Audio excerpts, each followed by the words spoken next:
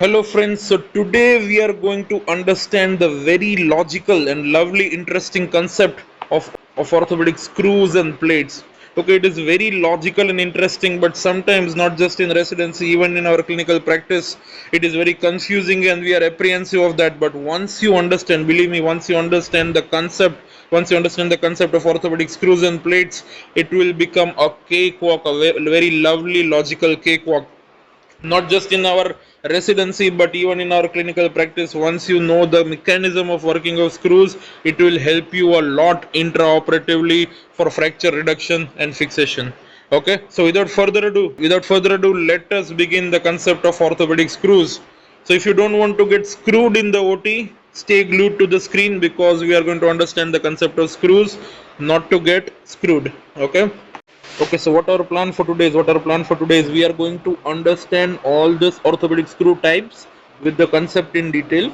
We are going to understand the demos. We are going to see the demonstration of screw structures, and last, the most important, which helps you in intra-operative practice for easy reduction and fixation of the fracture, is we are going to see the orthopedic screw plate fixation, including the sleeve, the screw holes, which drill bit to use, which screw hole to use, and the configuration in detail.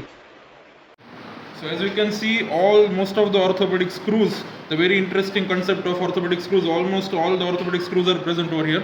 Okay, so basically the types of screw are locking screws. Cortical screws, okay, cancellous locking screws, and cannulated cancellous screws. Okay, these are the four basic type of screws which are required in almost all the platings. Okay, so these are the types of screws. One of the additional screw is Herbert screw, which we will discuss in detail in further part of the tutorial. Okay, so first come first, we will understand the basic cortical screw. Okay, so what are cortical screw? They are, as the name suggests, they are ideally designed for dense cortical bone in the diaphysis. Okay, they have fine pitch which are closely spaced threads. Okay, where they are very closely spaced threads, for which gives a better grip in hard bone. They are usually fully threaded. Okay, and pre-drilling as well as tapping would be required. Okay, so I'll show you a schematic diagram of a cortical screw. Okay, so there are no threads in the head, but there are fine threads in the shaft, which helps to get a good grip in hard cortical bone. Okay, cortical screw. Okay, so these are 4.5 mm cortical screw. Okay, these are 3.5 mm cortical screw. These are 2.7 mm cortical screws. Okay, we'll understand the structure of the screws. As you can see, there are no threads in the head, but there are threads in the shaft. In all three type of screw, you can observe that there are no threads in the screw heads, but the threads are present in the shaft. Moving further. Okay, next type of screws are the locking screws. Okay, why are they called locking? Because they have threaded head. Which locks into the plate holes. Okay, am I making sense? Now they lock into the plate holes, so they have fixed angle stability. So you can say it that they act as an internal external fixator. Okay, the screw head locks into the plate at specific angle, so giving rise to a fixed angle stability. Okay, now another concept is they do not rely on bone plate compression. Now you need to understand the difference between the two. You need to understand the difference between cortical and locking screws. Okay, what does the cortical screw do? Cortical screw, when the head gets fixed in the plate in cortical screws, what happens is the shaft pulls the fragment towards the plate. What happens is, when you start locking, the shaft pulls the bone fragment towards the plate, and there is bone plate compression. Okay, so whenever there is some translation at the fracture site, you can definitely use cortical screw to pull the bone towards the plate, right? However, what happens in locking screw? In locking screw, they do not rely on the bone plate compression. The screw head gets locked in the plate. Finish. Okay, now the shaft gets engaged. The shaft is engaging into the bone. Okay, so it is less dependent on the screw purchase. So more commonly it is used in osteoporotic bone, because it is fixed angle, the head gets locked in the plate, and then the shaft takes the purchase. However, in cortical screw, the shaft is the main game. There are threads in the shaft, So it is dependent on the purchase of the bone. At the same time, it is pre-drilling is required. And the locking screw. Okay, so these are 4.9 locking screws. Okay, these are 4.9 locking screws. Okay, am I making sense? These are 3.5 locking screws. These are 3.5 locking screws. Okay, and this is 2.7 locking screw. This is 2.7 locking screw. Okay, so I'll show you the structure. I'll show you the structure. So as you can see, there are threads in the head as well. There are threads in the head as well which lock into the plate. Okay, so this is a locking screw. This is a locking screw. So what you can note, there are threads in the head. There are threads in the head. That is the difference between locking and cortical screws.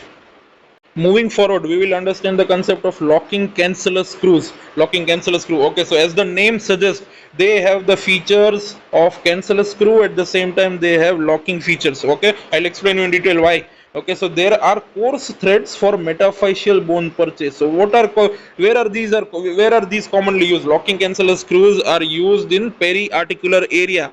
They are used in periarticular area like the proximal tibia where there is cancellous bone. Okay, so for the getting the good purchase in the cancellous bone, coarse threads are required. Okay, for metaphyseal bone purchase. At the same time, the head is threaded. The head is threaded, which locks into the plate, and therefore there is fixed angle. There is fixed angle construct. At the same time, the coarse thread taking the hold of the cancellous bone. Okay, so that is why it is used in periarticular area fixation, and it has better hold in cancellous bone. It has better hold in cancellous bone. At the same time, there is good angular stability. Okay, so these were the locking cancellous screw. Okay, so this is how locking cancellous screw looks like. Okay, so there is locking in the head. There are threads in the head which gives the fixed angle construct. At the same time, there are coarse threads. Okay, so these are the third type is cancellous locking screw. The third type is cancellous locking screw. So these are 4.9 mm cancellous locking screw, and this is 6.5. So as you can see, the coarse pitch, large pitch with locking in the head as well. Now we will compare the cancellous locking with simple locking. Okay, so this is the cancellous locking, and this is simple locking of 4.9. Okay, so as you can see, in the simple locking there is fine pitch. However, in the cancellous locking the pitch is very coarse, and in the simple locking the thread depth is shallow, while in cancellous locking the thread depth is deep. Moving forward, let us discuss about the cannulated cancellous screw, commonly known as the CC screws. Okay, as the name suggests, they are cannulated. They have a hollow core. Okay, what is it used for? It is used for precise placement. There is guide wire. There is first we put the guide wire, and then over it we put the precise placement of the screw. Commonly used in the femoral neck fractures. Okay. Additionally, they are cancellous screw. Why? Because they have large pitch, which has a good purchase in the cancellous bone. So this is how the CC screw look like. They are half threaded, fully threaded, that I will show you in the video, and at the same time they are cannulated, which allows the passing of the guide wire. Now the next type is cannulated cancellous screw. That is the commonly known as CC screw. Okay, so it comes in two types, 4 mm and 6.5 mm. We have both the screws at present. Okay, so it comes in different variants. It could be half threaded, fully threaded, so it could be 16 threaded, it could be 32 threaded, or it could be fully threaded. Okay, so this is 4 mm CC screw. These are 6.5 mm CC screw. Okay, this is 16 threaded, this is 32 threaded, this is fully threaded. Okay, moving forward, the last type of screw, which is the Herbert screw. Herbert screw, what is it? What is the classical characteristic of the Herbert screw? They are headless. And they give headless compression. Okay, another significant important finding is the differential pitch. Okay, so the distal and the proximal pitch, which I'll show you in the photo in the subsequent slides, they are having different pitch. Because of the different pitch at the distal and proximal. While locking, what happens is the differential pitch causes proper compression at the fracture site. Okay, so there is differential pitch threaded. Okay, which forms the interfragmentary compression. Okay, and additionally, most important is they are headless. So as they are headless, there is no protruding head after fixation. Okay, there is no protruding head after fixation, so there is no hardware prominence, no impinging or irritation, as they are buried fully. Okay, so most commonly used in scaphoid fracture, because they are articular fractures. We don't want any impingement. Of the head, so we use Herbert headless screws. Okay, so this is how the Herbert screw look like. Differential pitch. At the same time, no head. There is, as you can see, there is no head. And there is differential pitch. if you observe, the pitch over the distal aspect and the proximal aspect is different. So that gives differential compression. It causes the differential pitch. The differential pitch over here causes differential compression. Okay. So these are the two titanium and stainless steel Herbert screws, headless screw, commonly known as headless screws. Now we'll understand the concept. We'll understand the concept of how to differentiate and what is the mechanism of action because of the structure, because of the configuration of the screw. Okay, so pitch. What is pitch? It is the distance between threads. Okay, so cortical and locking screws have fine pitch. Cortical and locking screw have fine pitch. However, locking cancellous screws and cannulated cancellous screw have coarse pitch, and cannulated cancellous has the coarsest pitch. Okay, and what about the depth? So cortical and locking screw have shallow depth. However, locking cancellous have very deep depth, and the deepest depth is with cannulated cancellous screws. Okay. Okay, so these are the variety of plates. We will discuss the screw locking mechanism and which hole to be used for which cortical or locking or which type of screw. That is what we are going to discuss today. That is always a very confusing aspect of almost for everyone. So that is what we are going to do today. We are going to make it a cakewalk. Okay, so starting with the basic. This is DCP plate. Okay, DCP plate. It has provision for only cortical screw. Okay, as you can see, there are no provision for locking of the threads. So we will use 3.5 mm cortical screw. You can put it at any location. So whenever you want to get some eccentric, let's suppose this is the fracture side. Okay, whenever you want to put some eccentric compression, whenever you want to get some compression at the fracture side, you put the screw eccentric. If you don't want any compression, you put the screw centric. Okay, so for a 3.5 mm cortical screw, we use 2.7 mm drill bit. Okay, the 3.5 mm cortical locking, I have taken 3.5 mm cortical screw. Okay, so we put it over here. As you can see, I can change the direction. At the same time, I can change the location as per my desired compression at the fracture side. So this is centric, this is eccentric. So I repeat, 2.7 mm drill bit for cortical screw, and this is DCP system, 3.5 mm DCP system. So I have used 3.5 mm cortical screw. As you can see, there is no thread in the head. So it locks over here. Okay, and on further compressing, what happens, it pulls the bone towards itself. So it can also be used as a interfragmentary screw, which is contrary to the locking screw. In locking screw, what happens is there are threads in the head, so it gets locked in the plate. Okay, so next up we are going to discuss the LCDCP type of plate. Okay, and how do we lock? So LCDCP has provision for both cortical and locking. As you can see in this plate, the proximal is cortical and distal is locking. Okay, so based on the type of compression, when you want rigid fixation, when we want the fracture side to not move, we put the locking screw to keep the configuration as it is in the fracture side. When you want some eccentric compression, or when we want to pull the fracture fragment towards the plate, we use some cortical type of fixation depending upon the interrupt findings. So we'll discuss how do we use the screw system. Okay, so for the locking screw, we have the sleeve.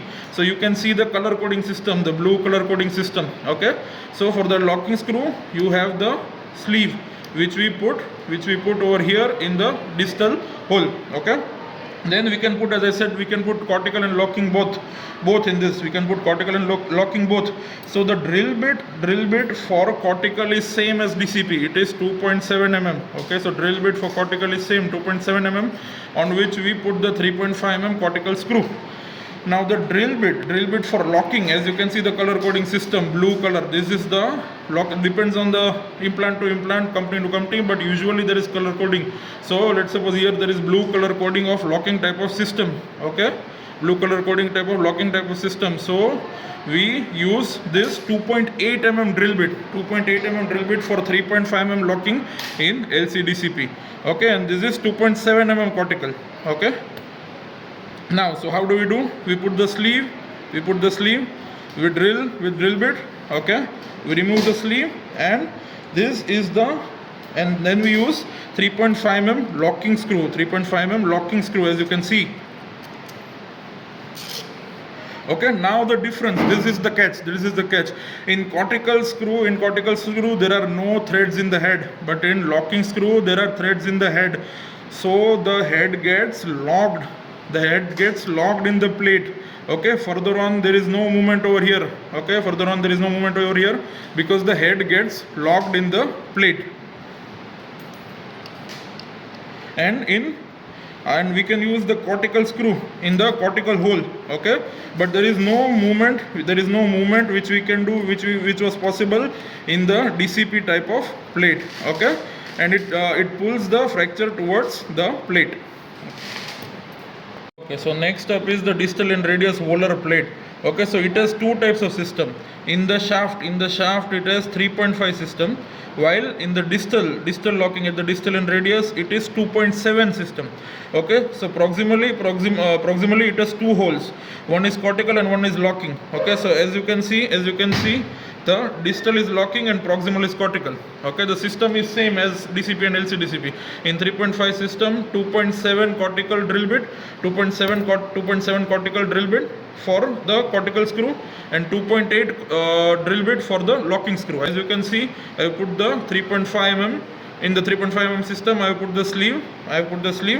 Okay, now I'll put the 2.8 mm locking drill bit. Okay, and the system as we saw is the same, 3.5 mm locking and 3.5 mm cortical. Now for the distal aspect, it is 2.7 mm locking system. So it has a different sleeve which I have already put. So it is 2.7 mm locking system for which we use 2 mm drill bit. I repeat, distal is 2.7 locking system which has separate sleeve, which has separate 2.7 mm locking screw, and 2 mm is the drill bit. Am I making sense? Okay, so this we have drilled it, and we will take the 2.7 mm locking screws. Okay, so for the distal 2.7 mm locking system I have taken 2.7 screw. And one more thing to note, it has a separate screwdriver. 2.7 mm screwdriver is different from 3.5 mm screwdriver. Okay,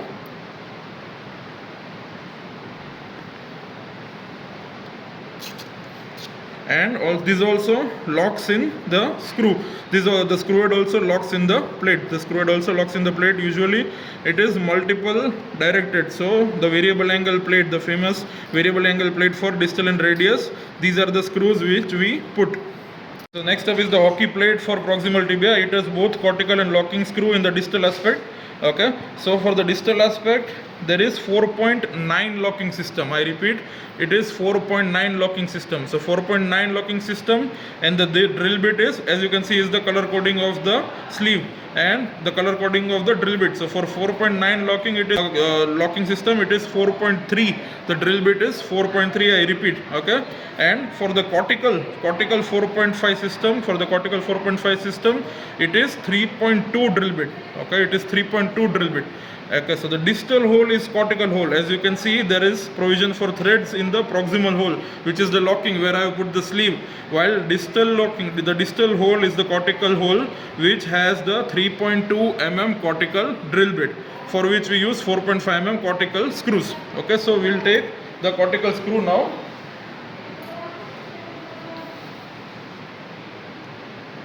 Okay, so we have taken the cortical screw now, and in the distal hole I am putting it. Now I will take the locking screw which I will be putting after drilling in the proximal hole. As you can see, the head gets locked in the plate. Okay, now the proximal hole, the proximal system, this part which is at present at the metaphyseal cancellous bone, which is very important, because we have to prevent the penetration of screw in the articular part. This forms the basis of the compression. This forms the basis of the stability in the articular proximal tibia part. Okay, so many times whenever there is depression of the proximal tibia, these screws, after elevation, these screws are the one which will stabilize the height. Okay, so now discussing, it is also locking system, but it is different from routine locking. That locking which I discussed over here, and this locking is completely different. Why it is different? Because this part we use the locking cancellous screw. I repeat, we use the locking cancellous screw. Why? Sometimes what happens is we drill only one cortex or halfway, and then these are self-drilling type of screws. There's are self-drilling type of screws, so you can also drill it up to halfway for the locking and stability at the proximal tibia cancellous part. Okay, so this is the sleeve, this is the sleeve. Now for this 4 point, this for this and we use 6.5. This is 6.5 mm locking cancellous system. So the screw we use are 6.5 mm locking cancellous, and the drill bit we use is 4.5 mm. I repeat, the drill bit we use is 4.5 mm, and the system we use of is 6.5 mm locking cancellous screw. Okay, so now in the proximal aspect also there are two screws for cancellous locking. So these three screws are 6.5 mm system. Okay, so 6.5 mm system and 4.5 drill bit we use, and these are multi-directional. Okay, so the screw head got locked. Now in the distal aspect, there is a provision of locking cancellous which happens at the junction of shaft and the metaphyseal area. Okay, so in that area we use 4.9 mm system, 4.9 mm cortical, 4.9 mm locking cancellous, for which we use 4.3 mm drill bit. I repeat, so 6.5 mm screws for these 6.5 mm locking cancellous screws and 4.5 mm drill bit, and 4.9 mm locking cancellous screw and 4.3 mm drill bit. Okay, so these are the two different screws. As you can see the difference in contour. Okay, and these are, I repeat, for the proximal metaphyseal cancellous bone, which is important for the articular reduction. Okay, so this is the distal this is the distal tibia spoon plate, commonly used for distal tibia fractures. Okay, so it in the distal aspect is the locking cancellous, as I said, with the articular part. Okay, so it has 3.5 mm system, 3.5 mm locking cancellous system. Okay, as you can see the color coding of the sleeve, 3.5 mm locking system, cancellous locking system, and the drill bit we use is of 2.8 mm. The drill bit we use is of 2.8 mm. So 2.8 mm system for 3.5 mm locking cancellous system. Okay, so 3.5 mm locking cancellous screw we use and 2.8 mm drill bit we use. Okay, you can see over here the 3.5 mm screws we are using and 2.8 mm, 8 mm locking drill bit we have used. Okay, same, it is multi-directional, and the screw head gets fixed in the plate. We have to prevent cold welding, that is what we have to make sure. For the proximal shaft in distal tibia, okay, there is locking and cortical screw both. There is locking and cortical screw both. So the drill bit is different for both of them. Okay, so for the locking it is 4.3 drill bit, and the cortical it is 3.2 drill bit. Okay, so and the locking is 4.9 system screw and cortical is 4.5 mm system screws. Okay, so we'll use both the screws. So this is 4.9 locking. Okay, this is 4.9 locking, and the distal screws are the locking screws. The distal screw are the locking screws. So this is distal tibia, and the proximal screw are cortical screw.